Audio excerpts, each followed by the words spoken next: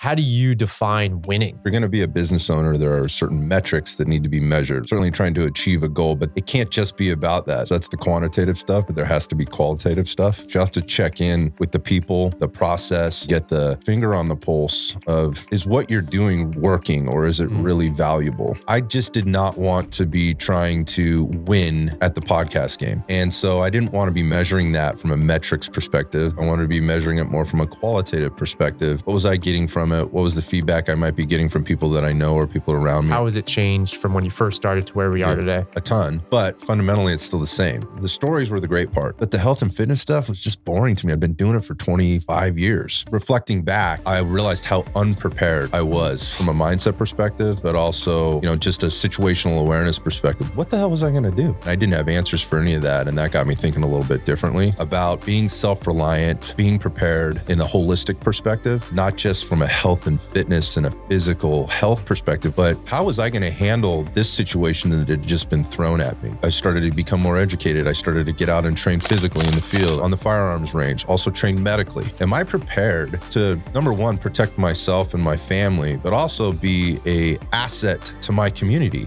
rather than a liability? The podcast now has evolved into talking about being prepared for anything that life might throw at you. What I'm finding is it's making tremendous impact on people, which has been ultra fulfilling.